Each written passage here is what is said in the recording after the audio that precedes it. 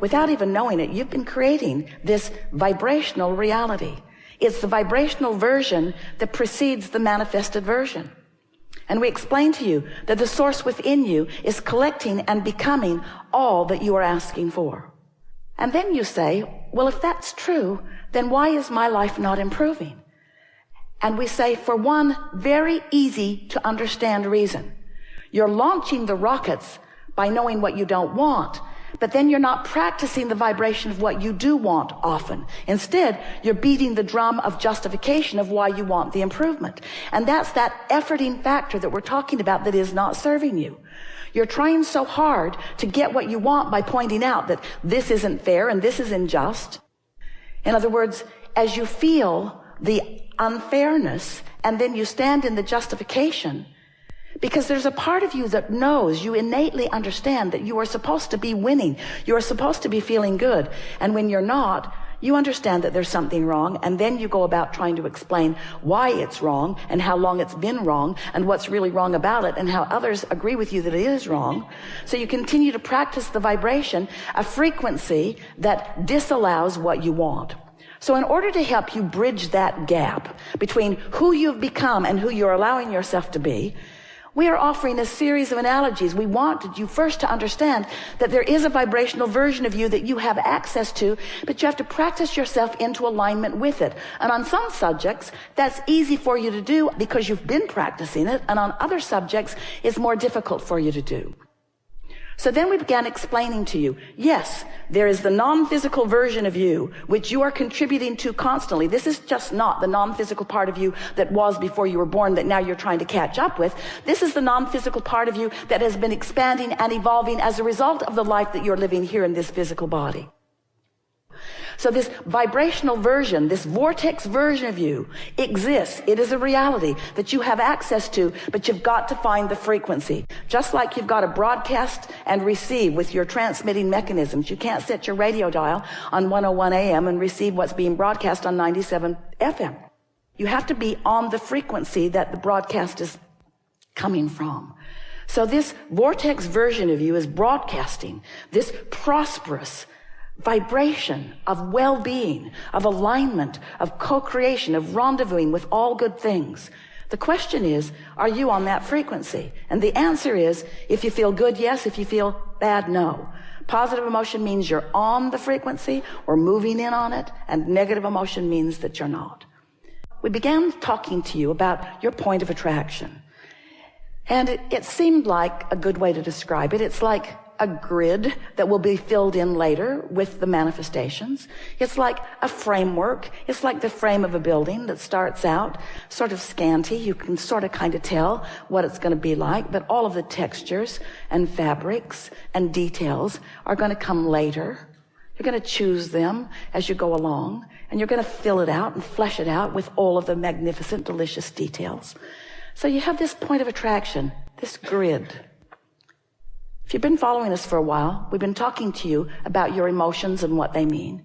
You heard us say that negative emotion means you've got a vibration going on that you're not up to speed with, and that positive emotion means you've got a vibration going on in your vortex that you are up to speed with.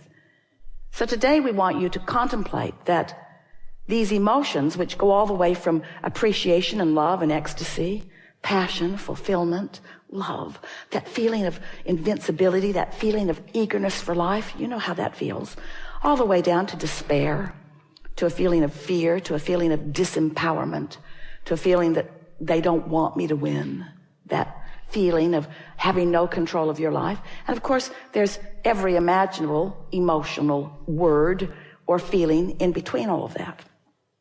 So now we want you to realize that you are a vibrational being and that you've got a momentum going. So we'd like you to envision this spinning disc, this pure, positive energy disc, this high-flying, good-feeling point of attraction that somehow, some way, you've managed to get on. And we want to say to you, it's pretty easy first thing in the day before something happens, before you read your email, or before you see another person who is irritating, or before you start remembering what went wrong yesterday. In other words, you can get on that high-flying disc pretty easily because you wake up there. And if you don't do that thing you usually do that causes you to choose a lower disc, then there you fly for a little while. And we want you to just speculate the kinds of magnificent things that you have incrementally put into your vortex of creation that will now flow seamlessly, effortlessly, quickly through the path of least resistance into your spinning grid, into that high-flying, good-feeling grid. So we've been talking to you about law of attraction for a very long time, haven't we? And many people are beginning to understand it. Many are misunderstanding it. But we want you to understand that law of attraction is responding to the vibration of that which is you.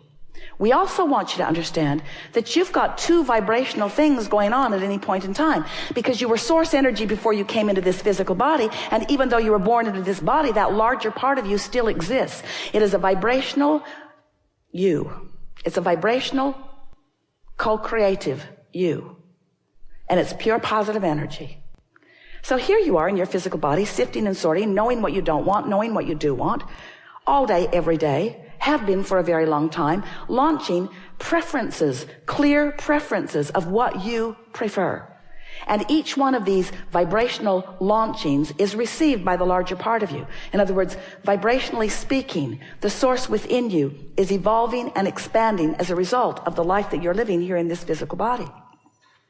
When you see someone hungry, you want more food for your planet. When someone is rude to you, you want nicer people in your life and in the lives of others. In other words, you are constantly expanding and improving through the life that you are living. And the source within you is taking that expansion immediately. Esther's been having a lot of fun with this visual because she's discovered that if she cares about getting on it, she most always does. And if she cares about staying on it, then she's mindful of the 17-second scenarios that might take her from it. And she's also become really good about, if she's falling and the momentum is strong, don't beat up on Esther about it. Don't beat up on yourself. Just take the fall and set forth the intention that tomorrow you're going to get back on it. So if every morning you decide you're going to get on it, first couple of days you probably won't make it to breakfast before something takes you from it. But eventually it's where the momentum of that which is you feels most natural. It's just pretty easy to stay there. Especially when you realize that by staying general, you don't challenge it, you don't risk anything. And that if you do fall off, it's no big deal. You can get back on it tomorrow. So last week, Esther announced to us, Abraham, I refuse to accept that I have to wait till tomorrow morning to get back on the disc. Because I like being on it so much. And I'm clearly not on it right now, for all of the obvious reasons, because you saw what happened. It was wrong what they said, what they did, how it turned out. Wrong. But I refuse to accept that I have to wait clear until tomorrow morning to get back on it. I'm going to meditate and clear my mind. I'm going to find some way of distracting myself.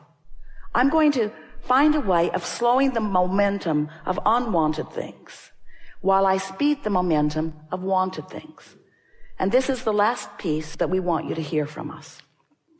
Make no effort at slowing negative momentum, because it just speeds it.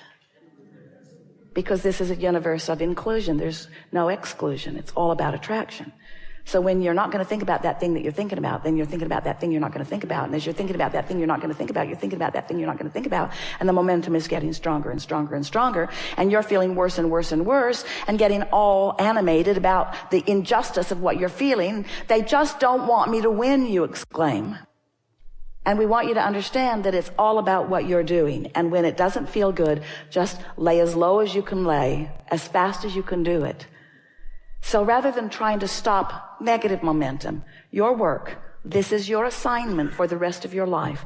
We never give homework, but today we're going to. Find ways to get positive momentum going. That's it. That's your work. Get on the disc. Stay there as long as you can. If you fall off, no big deal. Get back on as quickly as you can, until what will begin to happen is you'll have enough positive momentum that you'll begin feeling what the true power of influence is that we've been talking about. If you're having a no good, very bad day, Esther will say, clearly, I'm on the ornery disc. And I can tell I'm on there because there's ornery people all around me. Or I'm on the defensive disc. And your tendency, Esther's too, is to want to blame the other ornery people. Because if they weren't there with her and being ornery, she'd feel a lot better. But we want her and all of you to understand she met them there. She met them there. It's like going to the ornery meeting. Where's the ornery meeting? Where's the ornery meeting? I want to meet new ornery friends. I'd like to be flipped off by different people in traffic today than usual.